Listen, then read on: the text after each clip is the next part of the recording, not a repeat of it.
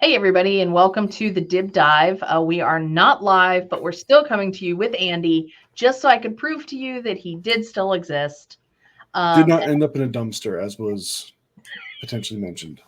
Do I feel like I had that reputation or something that I was going to take a co-host?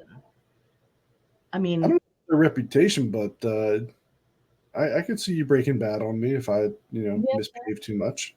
well, what a great series. Hey, welcome back. Thank you. It's good to be talking to you again. I feel like it's been a long time, but it was great to have some guests jump in and What? fill the small void I might have left, and did a great job at it. So We missed you a lot. It was great to get some different perspectives and insights into things. It's funny that some people still sing your song and other people kind of approach things differently, which it's not good or bad. It just is. yeah, we like that. Yeah. We like to explore many opinions. For what it's worth, I think I can speak for both of us. We both really like the open conversation. We like hearing from different people. We like the debate for wherever there is debate. I'm not married to my opinions. If someone wants to prove me wrong, I'm happy to be like, oh yeah, that was kind of stupid that I thought that way. I'm not, I don't take it personally. So I love having other people chime in, and regularly I'm like, dang, they thought of something that I just had never really thought about. I'll incorporate that lesson learned. So I love Yeah. when we get to have people on. Same. But I think it's worth noting that if you're watching this, it is now the day after Labor Day. So my Meowica t-shirt that I'm wearing, it may not totally, I might be a little outdated, but yeah, it's a pretty awesome t-shirt. It's But awesome. we are recording this in advance a little bit because I we've think you got said Labor Day. Monday's not Labor Day. sorry, Memorial Day. Post production. Labor Day comes later, but Yeah, right. Yeah. yeah, Anyways, so we have some other things going on next week. I have an annual AS 9100 audit, so my life will be all AS yep. 9100. Very exciting. And then you've got other things. It's not like Yeah, you're yeah, home road tour that you're on. yeah. It's been not a lot of rest lately, which is a good thing.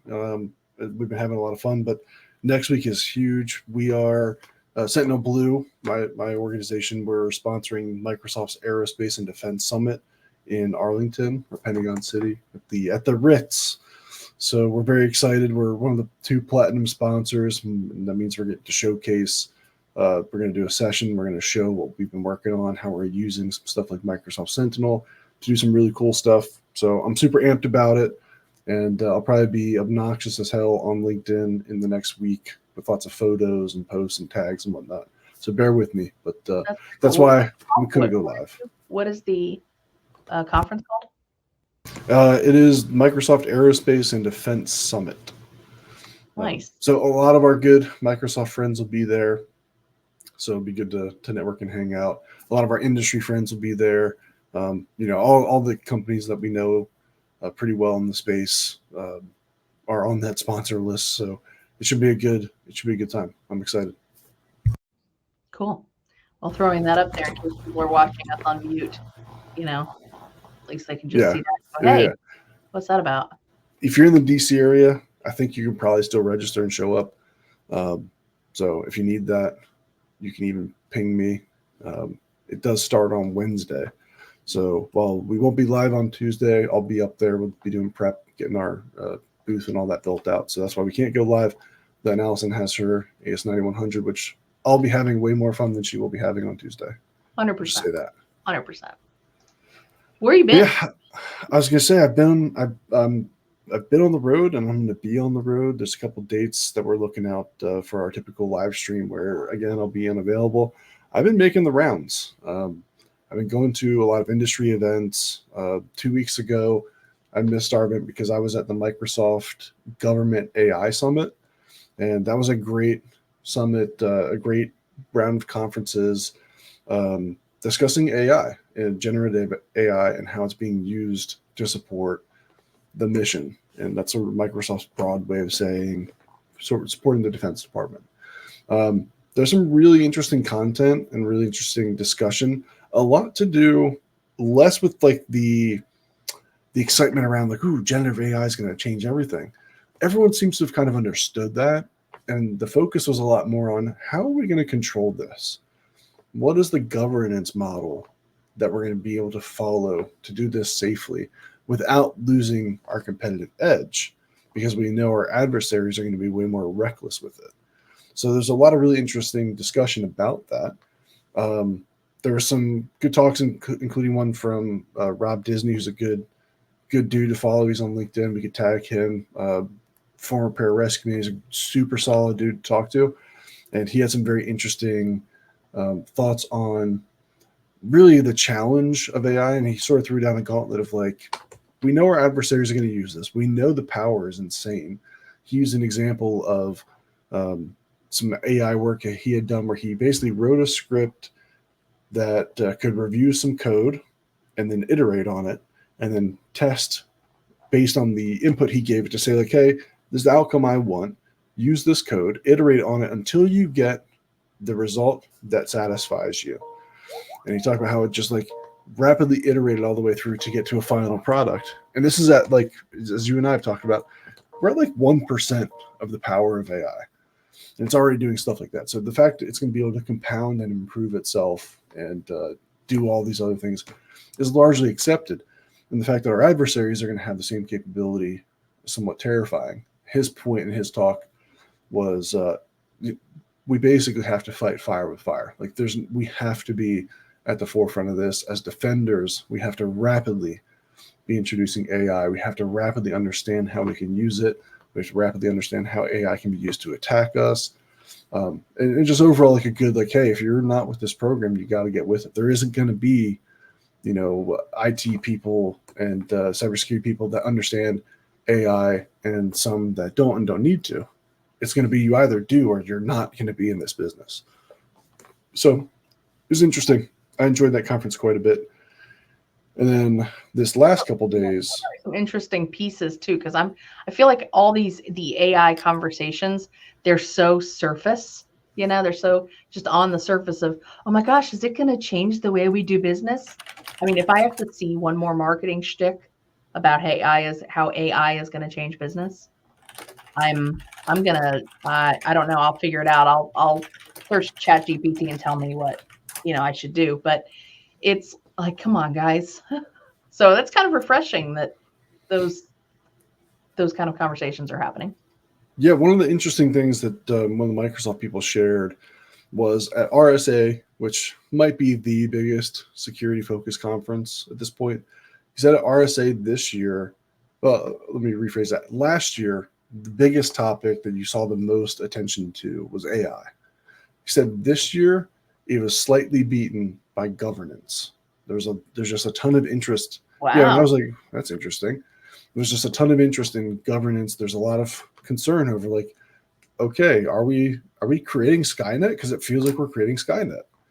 And so it's a very relevant conversation where people are asking, like, what are the guardrails we're putting up to this? It doesn't take long for you to see how this could be Skynet. Like, again, it's very, very minimal today. It's very rudimentary. And this is, I'm not an AI scientist or anything, but the general understanding right now is like it's basic. And if you use ChatGPT, you can figure out real quick where its limitations are. But the fact it's going to be at a point where it can iterate on itself and test things. Once it has a framework for testing and improving, that's where it gets crazy.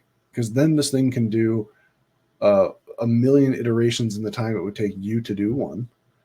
It's purely limited by power. That is its only limitation, is how much compute power it can access, which, by the way, there's an absolute metric ton of it on the internet, which maybe you tell it, hey, I need you to become the best red team in existence.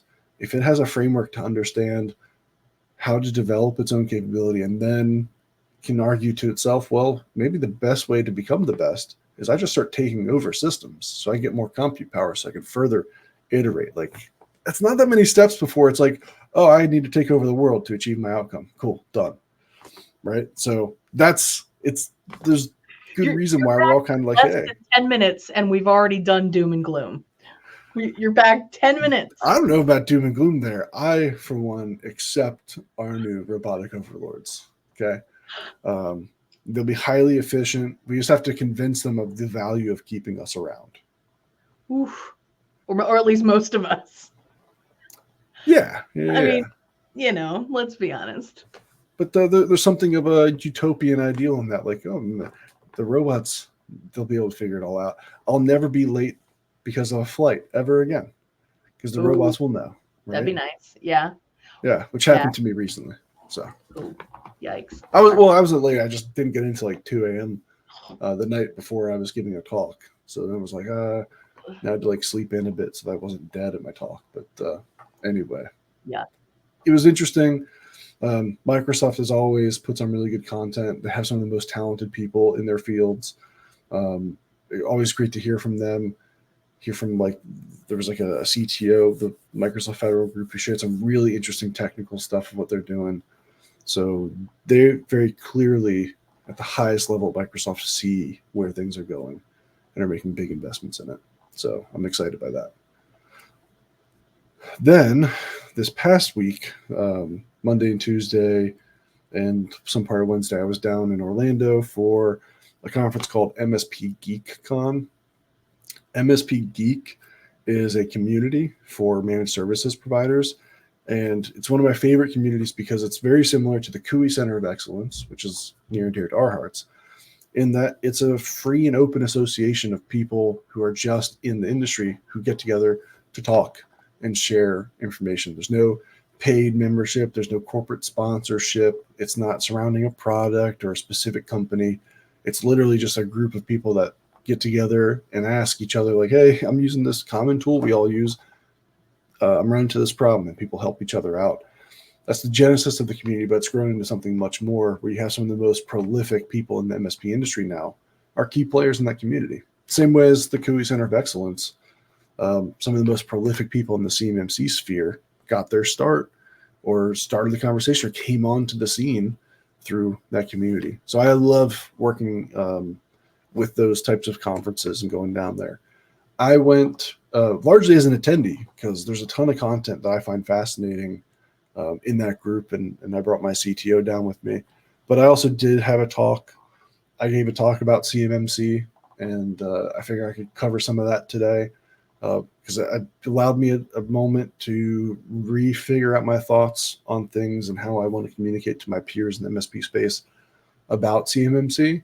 And I figure we could cover some of that. You cool if I share my screen? Let's do it.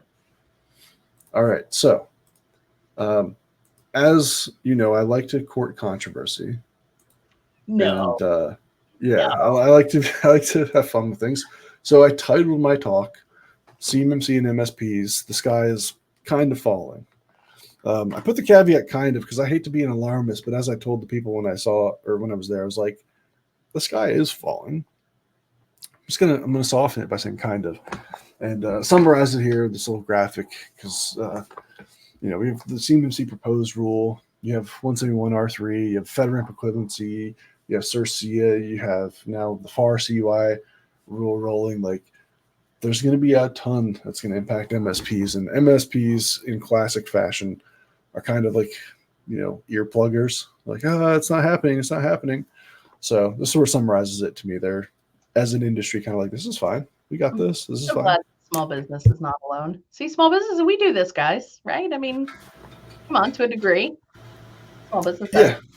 I think big everybody primes kind of do it too. Yeah. Right? Yeah. Yeah. So I recapped kind of where things are at, which for our audience, we don't really need to get into, but I just wanted to give people in the MSP world who are being asked by their clients, what is all this? Like, what are we supposed to do? Give them the background to understand what's being asked of them. So on my really bad laptop trackpad, I had to highlight text. So that's why it looks like a kindergartner did it. But I just kind of locked in, like, here's what you really need to understand. Talked about DFAR C through G. We spent some time talking about like ITAR and other than DFAR's requirements that are relevant to developing and delivering an MSP stack. I talked about like today, what are the requirements for contractors? I'm simplifying it, of course, but you basically self-attest. And that's kind of it, right? That's kind of all you have to do is say, yeah, we're doing it. And that's if anyone asks. Now, of course, if you're not doing it and a compromise happens, like yeah, you're going to be held accountable. But that's really it. And I set that up as a stage to say, like, why is CMMC happening? What went wrong? So we talked about the Sarah Byrne report and the DIG basically saying no one's doing it. So as expected, sort of as was incentivized, no one did DFAR 7812. And don't freak out when I say no one. Of course, some people did. Don't get it wrong. But like as an industry, it wasn't like a lot of people did it. So we talked about that. We talked about why enforcement is low and why that's kept the threat of enforcement low. We talked a little bit about False Claims Act, but largely said like, hey, yeah, as we know, people weren't complying. So CMMC was created. I talked about where it's at. And then this was the meat of the conversation. What is the impact on MSPs? Why would I say something like the sky is falling? Big scope increases that impact MSPs and what they do. We deal in security protection assets and security protection data, which would otherwise have not really ever been in scope. And we could have had some very clear lines to be like, oh, well, it's not handling CUI, so you don't get to ask about that. That scope and enhancement, expansion, makes it so I'm now, as an MSP, like the most critical focal point because I'm bringing all of that as a service. That's sort of the MSP design. And as you see my little graphic over here, like they love that contractor revenue, but then they're like CMMC coming to make you sweat on that one. And what's interesting too is we Terry and I kind of covered a little bit about that piece of the CMMC proposed rule and SPAs and how it really increased scope and all that. And we got talking about the proposed rule and waiting for the final rule. And if recent past happenings are indicative of what to expect in the future, DoD has listened to some things. And so we're hopeful that maybe this is a piece that gets adjusted. And so I said something to Terry on the last show about how, but they're not going to drastically change the proposed rule because then they have to redo rulemaking. And he pointed something out I had not thought about before. He said, only if something drastic decreases the burden on those having to follow the rules, that I think justifies them not having to go back and start from scratch. So I guess hindsight's always 2020, but it kind of makes a lot of sense to me as to why, if that's the case, if SPAs are going to be removed for final rule, or however, not SPAs removed, but you know what I mean. If this requirement gets adjusted or cleaned up, then it makes a heck of a lot of sense that they would try to throw everything at the wall and see what's stuck. And and I don't know, it was an interesting conversation, and I think even more important to everybody freaking comment when you have the ability. I mean, there are plenty of naysayers out there. Oh, DoD doesn't listen. Don't waste your time. Da da da da. Okay, well, obviously, I think it's important to say what matters to you, because chances are it might matter to somebody else. And if DoD or agencies see the trend, that's what's important. Right. Yeah. And if you are one of those naysayers and whatnot, you're not engaging in the process, it's kind of like complaining about who's president when you didn't vote. I get it. I get where you're coming from. But to not participate in the process when you do have an impact, like I can tell you, we've had conversations and we've seen results from it. So you absolutely should. But I'm very interested to see how the revised rule deals with SPAs and SPDs. I do think there is probably some bandwidth there with what they'll come up with. Ultimately, though, as I talked about this to the group I was talking to, if you follow the logic, it makes sense, and it's going to be hard to argue this stuff shouldn't have some protection to it. I think it's overboard to say like SPAs need to be FedRAMP. Yes. I understand where you could draw that conclusion if you're being hyper conservative, but I don't think it's appropriate. But I don't think you can ignore it and just be like, yep, those can go off and do their own thing. I think there needs to be something there. Where you draw that line, I don't know. And that's kind of why I've been okay with the current language of like you and the C3PAO can figure that out. Because I want, for me, selfishly, to have some bandwidth to make my case. But, follow the logic. MSPs are a major risk, and DoD's only increasingly becoming aware from their current awareness level, which is almost zero, right? So the more and more they find out, the more and more they be like, wait, what? You guys do what as an industry? So I think ultimately it needs some governance. I also talked about how, the proposed rule shows that scope increase, but then we have the CMMC leaked documents that reinforce that, make pretty clear that's not an anomaly that the proposed rule uses language around that. The guidance documents, the new scoping documents also cover that. Then we have potential impact of FedRAMP requirements regarding the potential to handle CUI. And I talked a bit about that debate and how I've heard different opinions, and even from like DIBCAC, we've seen different results where the current requirements are store, process, transmit, CUI.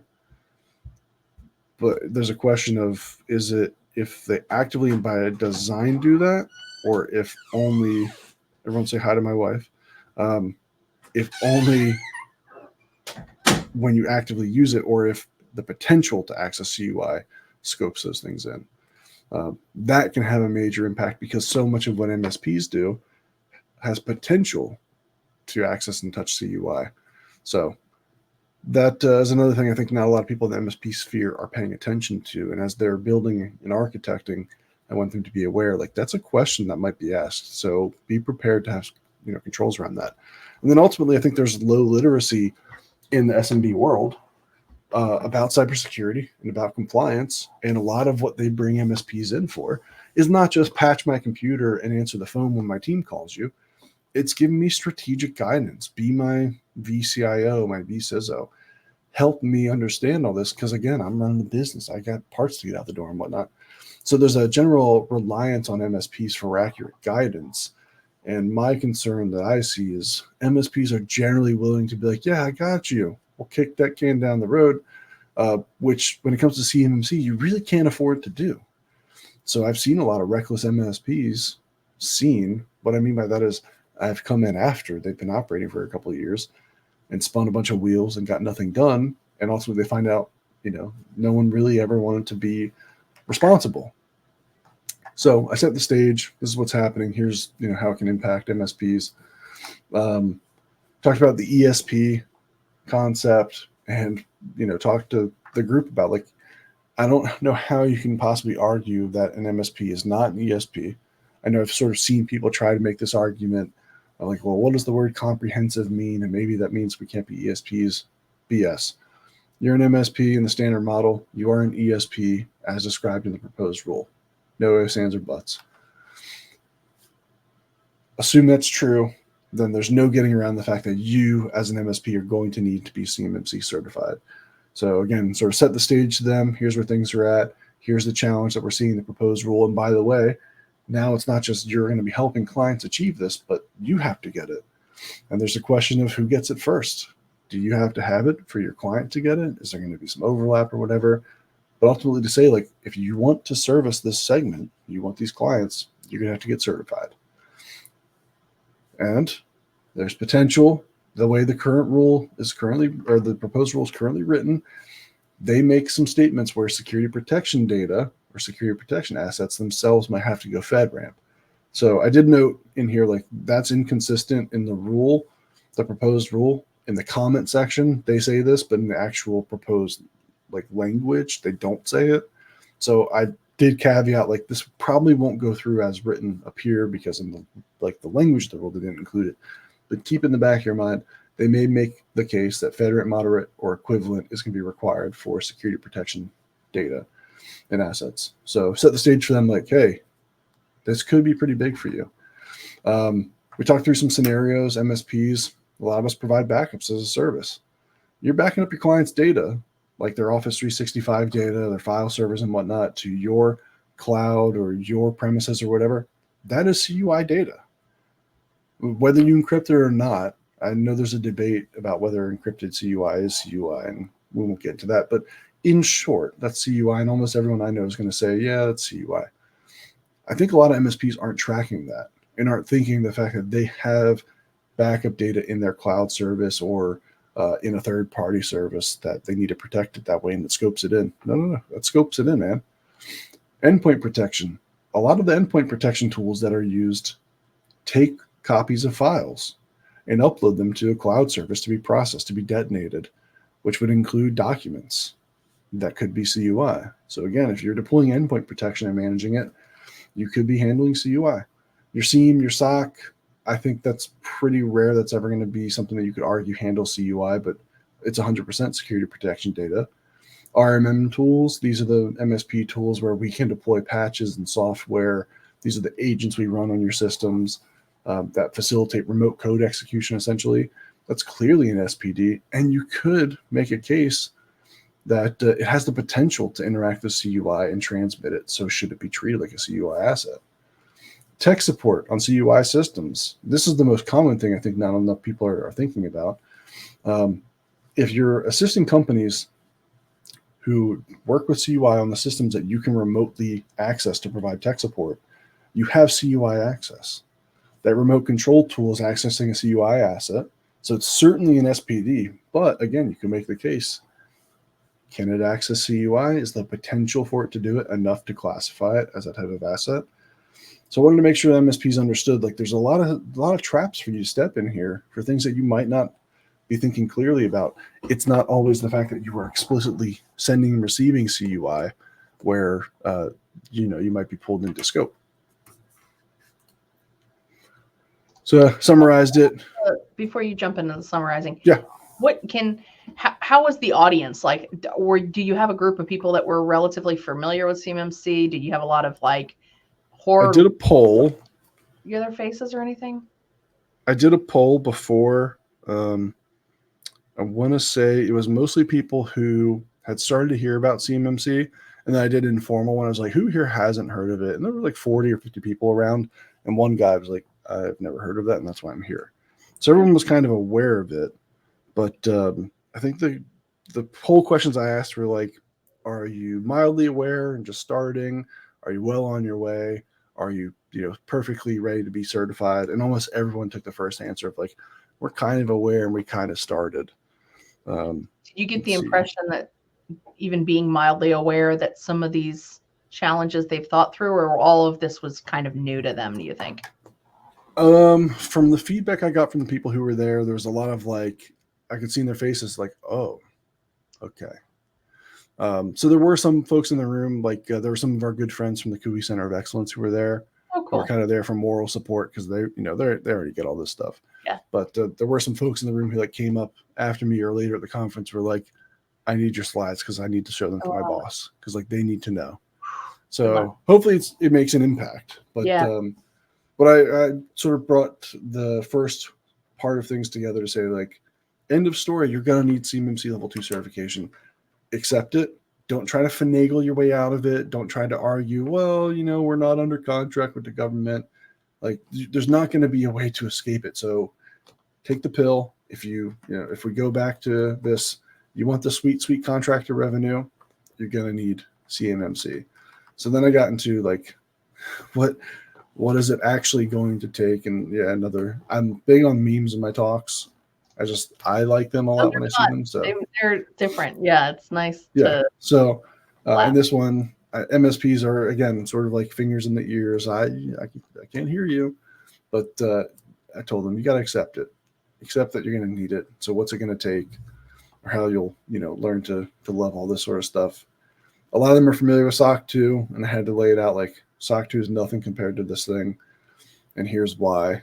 I got into some specific control requirements and into the debate of it, into the challenge of like this example, employing the principle of least privilege. How do you demonstrate that? Where do you draw that line? What's enough least privilege? How far down do you go? That's not defined for you. It's fairly vague. And then I showed them what assessors are being tasked to do and how the assessment objectives aren't totally clear. Unless you read 800-171A and build against it, you wouldn't know that demonstrating least privilege would mean having privileged accounts identified explicitly and like listed, and same as the security functions they do as listed. But that's what you're going to be asked to do. So I use this as an example of the language and the assessment objectives aren't always as clear as you would think, and that you need to follow the assessment objectives at the end of the day to be compliant. So bring that one up, had some talk about that. Then we talk about everyone's favorite 31311 FIPS validated cryptography, and I got into like what's enough. Do we go to the application level? Is it the operating system level? Do you just show that you're in FIPS mode or using a FIPS algorithm? Do you have to run the specific hardware or firmware that's in the security policy and the CMVP? Like how far down do you go? And this one, 800-171 day is perfectly vague. The only assessment objective is to determine if you're doing the objective. So I introduced this to be like, listen, if you haven't gone down the CMMC path, I want to introduce you to how complex and wild it gets. There's a reason why some of this stuff has taken industry so long and why there's so much hand wringing. Because like you had that one that was kind of specific and simple. Then you have this one that's entirely vague. And then we go to 347, which is very specific. It says like restrict, disable, prevent non-essential programs, functions, ports, protocols, and services. And I brought up some questions that we have. How do you define non-essential? What's a sufficient security-based determination? Like how much do you have to demonstrate to an assessor how you came up with a list of stuff you're going to restrict or disable? And we talked about is policy enough, is technical. And then I showed them the stark contrast on 800-171A for this objective, where the previous one for FIPS validation was like one very vague control, and this one goes up to O. There's like, I don't know how many that is. It's like 16 specific objectives that have to be done. So that's highly specific. So you have highly specific, highly vague, lots of bandwidth, lots of different things that can go wrong.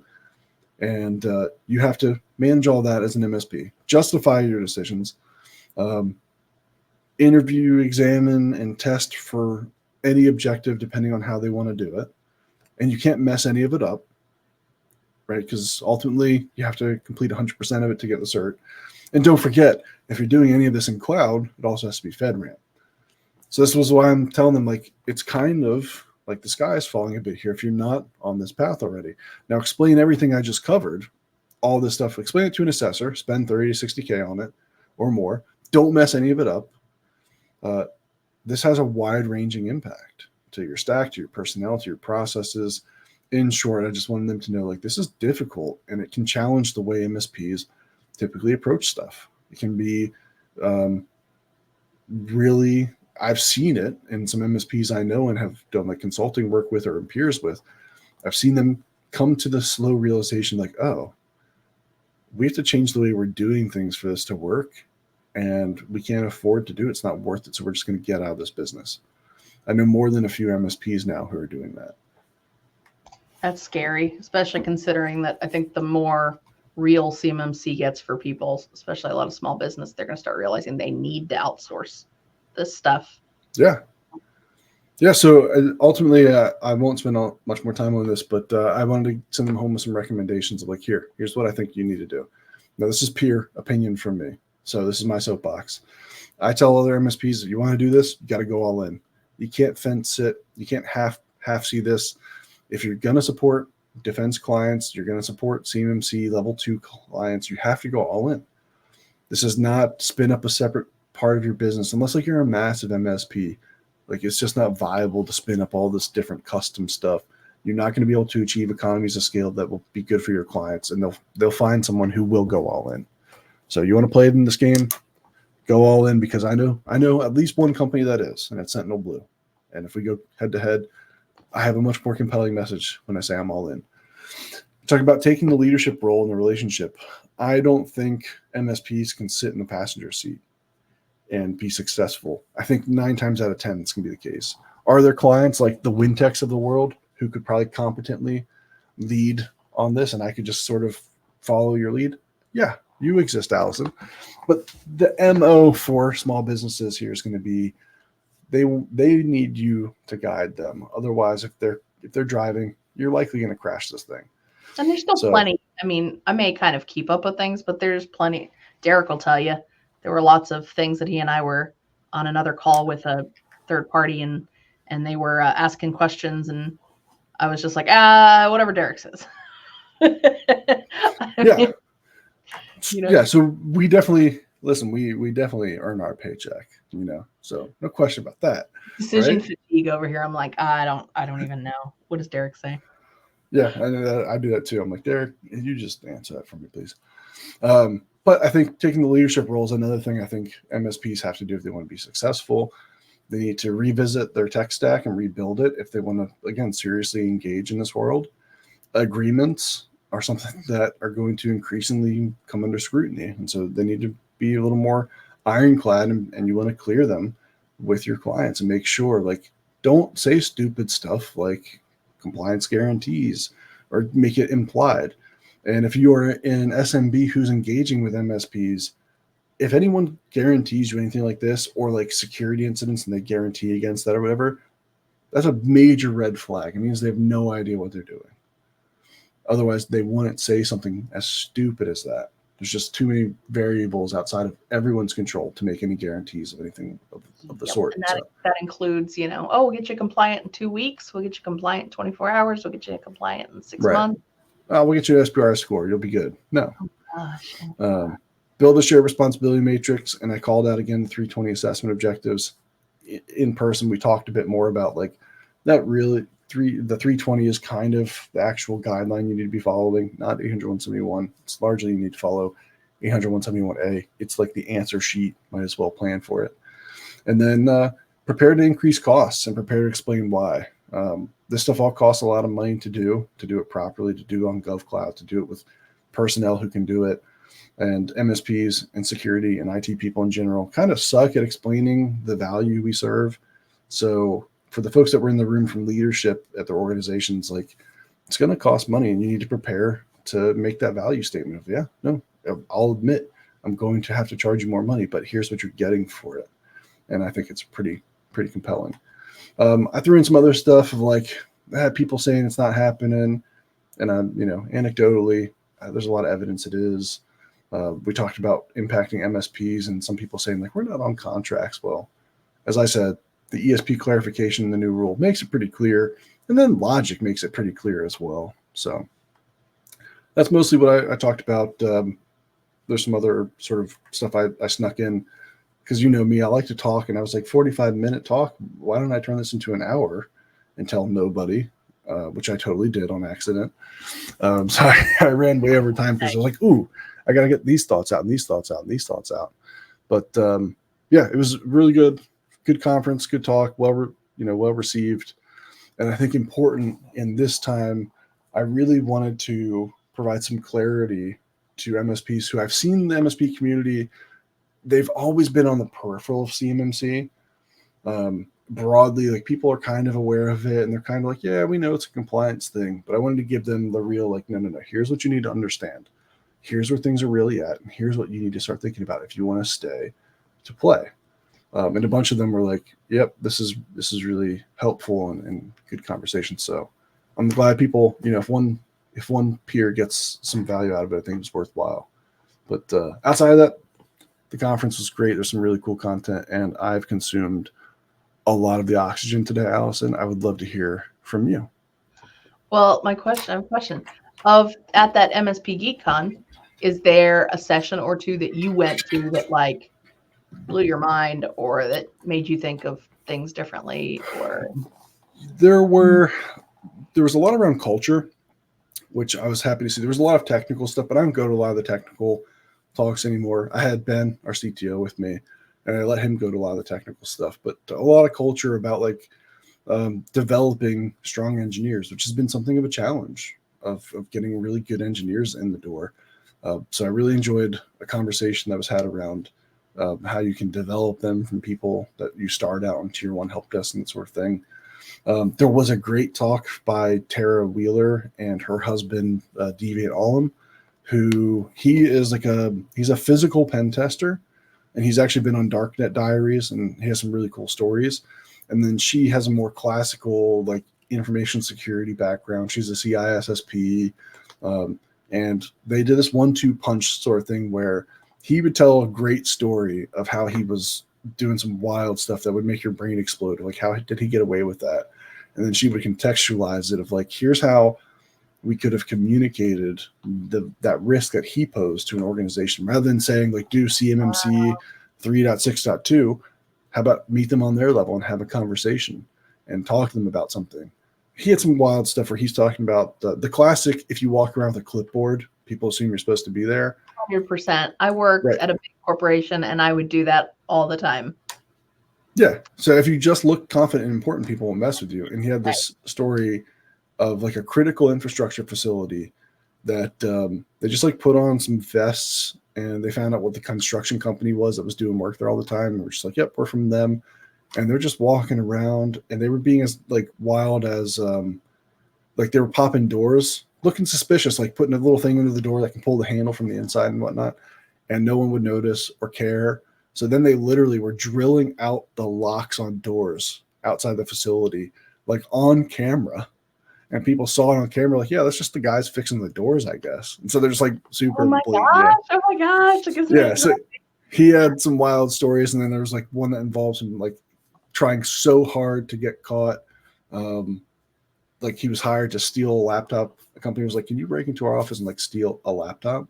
Like, we want to see if you can do that. And instead he's like, how about I just buy a shirt that says CDW?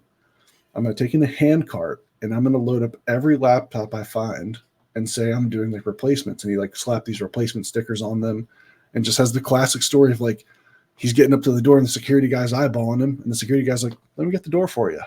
You know, like, looks like you got laptops for replacement there. He's like, sure do. Walk out with like 18 oh my laptops or something. gosh. Oh, geez. So that one was awesome. And then Tara is a great, second punch on that because she would get into like the human psychology level of like, here's how, if you were a security person trying to get buy-in from people, you have to meet them on like their emotional level and explain that risk in a way that they care about. Like you can't just talk in the compliance language and whatnot. You should come to them and talk about why they should care, get on their level. So I thought that was, a really cool talk.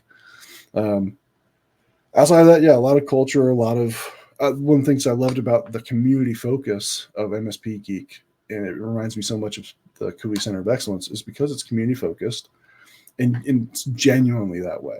All the people who are like leadership and whatnot, they just sort of emerged because they cared.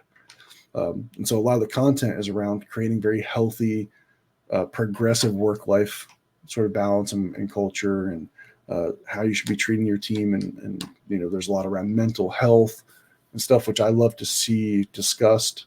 There was also a lot of great technical content that, Ben was briefing me on. I attended a couple of technical talks, but yeah, I thought it was really, really great conference. And next year I'll be trying to go again for the third time in a row, try to give another talk and share. Hopefully at that point, I'll be able to share like some lessons learned from joint surveillance and some other stuff from some of our clients. So that's cool. Yeah, it was a good time. Well, I'm happy to be home though. Speaking of culture, so WinTech, we don't have remote employees. Everybody's on-prem.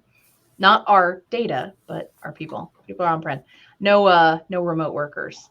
We bought a picnic table and put it out front in the yard out front. So we have a kind of a smaller lobby lot and there's this big grassy space.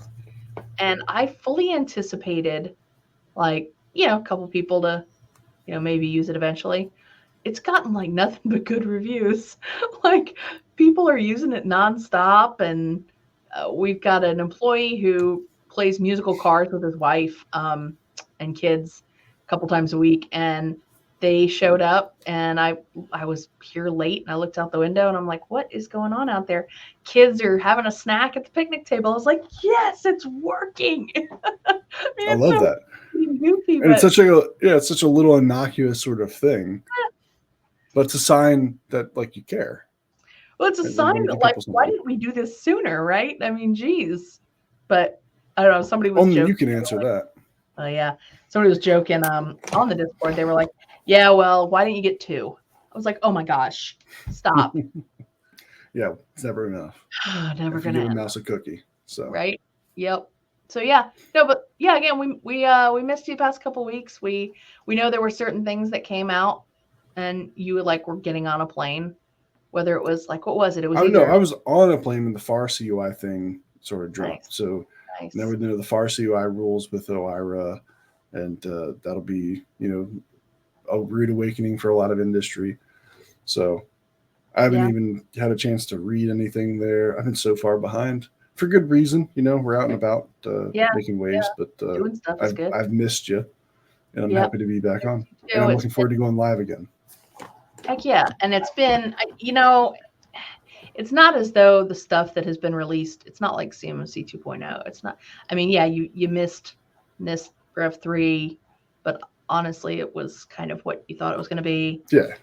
48 anything meaningful. rule, the timing is going to be kind of goofy. It might line some things up in different ways that people weren't expecting. But ultimately, big picture, it kind of is what people were expecting, because people have been talking about how DoD wants to get this stuff rolling. They want to get things done before election. Like, let's get things in place. So, I mean, big picture, it's nothing crazy, but we're all desperate for material. So exactly, there's so much I'm of the mindset now. I'm like, okay, there's not much to talk about. It's what we expected. It makes sense. Like the class deviation makes sense. It was kind of the only thing they could do. What's to talk about? Yeah. Okay. Everything they're going to do has some impact, but like, I don't have a lot to say about it, because I'm like, yeah, cool. Let's get to working on it. Let's get to doing it. I'm tired of pontificating so much about the legalese and all this sort of stuff. Like, okay, I don't care. Yeah. Honestly, don't anymore. I just want to do the good work. You ever watch, is it Life of Brian or is it Monty Python? They're like, it's Monty Python's Life of Brian, right? Well, they're two different movies. Monty Python and the Holy Grail and Life of Brian. Yeah, but it's called Monty Python. Yeah. But which one is it that they're like, yeah, get on with it? And it's like, get on with it. Yeah, that's Monty Python and the Holy Grail. Yeah. Kind of where we're at. Yeah. So anyways. Wait, I think we're going to need to find that and cut that for a little LinkedIn meme to pass around, because that is kind of how we all feel. Get on with it. Get on with it. We don't need to prime another announcement. Just do it already. Get on with it. Right. Yeah. That's good. That's good. Well, on that note, you got anything else to tell our peeps? Nope. I'm looking forward to next week. Sentinel Blue will be that sponsor at the Aerospace and Defense Summit. So I'm excited about that. And I'm excited to share some cool stuff that we got done just for that event. So when you say next week, you mean this week? This week, obviously. Tomorrow. Wednesday. Tomorrow. Exactly. So anyway, a little fourth wall break there, but hey, it's all good. Yeah. No, that's it. That's all I got going on.